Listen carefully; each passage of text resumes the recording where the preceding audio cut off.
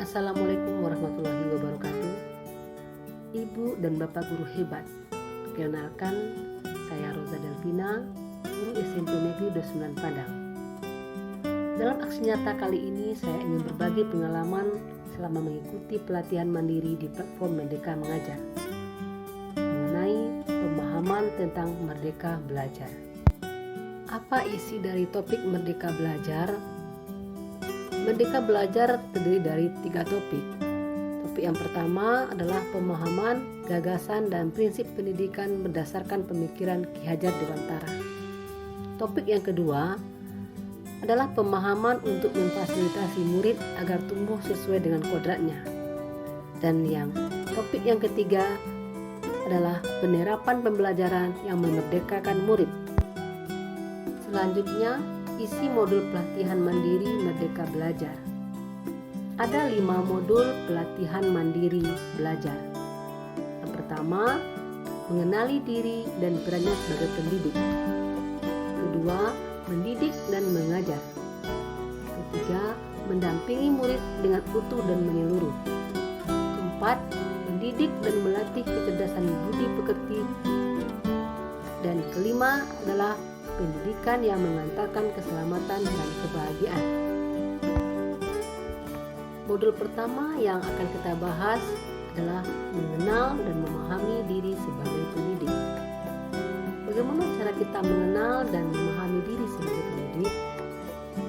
Cara yang pertama adalah dengan memahami dan menghayati diri sebagai manusia yang merdeka untuk terus belajar. Kemudian, menyelaraskan peran guru yang relevan dengan konteks murid dan zaman. Dan yang ketiga, bertutur kata lembut, mendengarkan pendapat, memotivasi untuk gemar dan senang belajar. Selanjutnya kita mempelajari modul kedua tentang mendidik dan mengajar.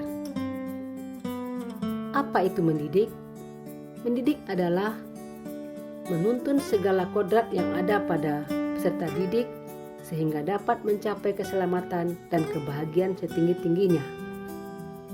Sedangkan mengajar merupakan cara menyampaikan ilmu atau manfaat bagi hidup peserta didik secara lahir dan batin. Dalam mendidik dan mengajar, hal yang perlu kita hindari adalah menghindari sistem pengajaran zaman kolonial, di mana maksudnya yang pertama, siswa duduk rapi dan menghadap ke depan dengan lurus. Kedua, melakukan perankingan berdasarkan nilai pengetahuan. Yang ketiga, menyamaratakan pemberian tugas. Dan yang keempat, meminta siswa berdiri di depan kelas jika tidak mengerjakan tugas. Selanjutnya, modul ketiga yang kita pelajari tentang mendampingi murid dengan utuh dan menyeluruh. Pendidikan bergerak secara dinamis sesuai dengan kodrat keadaan, kodrat alam, dan kodrat zaman. Kodrat alam berkaitan dengan sifat dan bentuk lingkungan di mana anak berada. Kemudian kodrat zaman berkaitan dengan isi dan irama yang disesuaikan dengan zaman anak tersebut berkembang.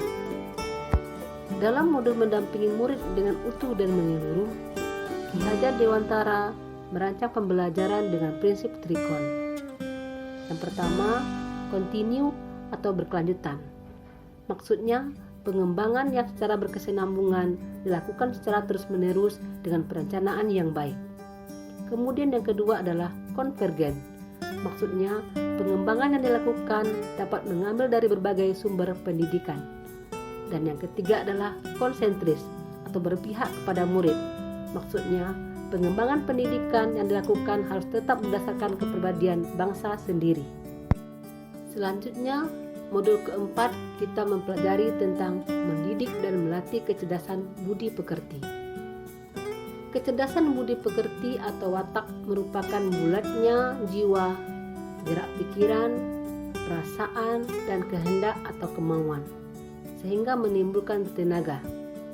Budi pekerti merupakan perpaduan cipta, rasa, dan karsa. Guru bukan hanya mengajarkan kecakapan kognitif, namun juga menuntun murid untuk menumbuhkan budi pekerti dalam kehidupannya. Pendidik turut serta berperan membantu murid menemukan kecerdasan budi pekerti dengan tuntunan dan keteladanan. Bagaimana cara mendidik dan melatih kecerdasan budi pekerti? Yang pertama, guru bertugas untuk melatih keberanian berpendapat atau olah akal. Kedua, guru bertugas untuk mengasah perasaan dan perilaku atau olah rasa. Dan yang ketiga adalah guru bertugas untuk memunculkan kehendak atau olah karsa. Selanjutnya, modul kelima tentang mengantarkan keselamatan dan kebahagiaan. Bagaimana cara kita mengantarkan keselamatan dan kebahagiaan murid kita? Pertama, guru menjadi fasilitator kodrat alam dan zaman muridnya. Kedua, setiap murid memiliki kodrat kekuatan dan potensi yang berbeda.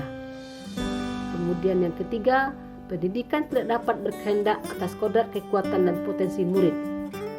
Dan yang keempat, menerapkan sistem Among dan semboyan Ki Hajar Dewantara, ing ngarso sung tulodo ing madya mangun karso, dan Tut Wuri Handayani. Dan yang kelima adalah menerapkan pembelajaran proyek dan digitalisasi pembelajaran. Untuk mencapai hal tersebut, kita harus memahami apa itu trisentra pendidikan. Sentra pendidikan yang pertama adalah keluarga.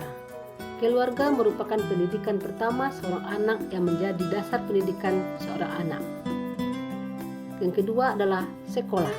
Sekolah adalah rumah kedua bagi anak yang menyediakan berbagai ilmu pengetahuan dan keterampilan serta budi pekerti.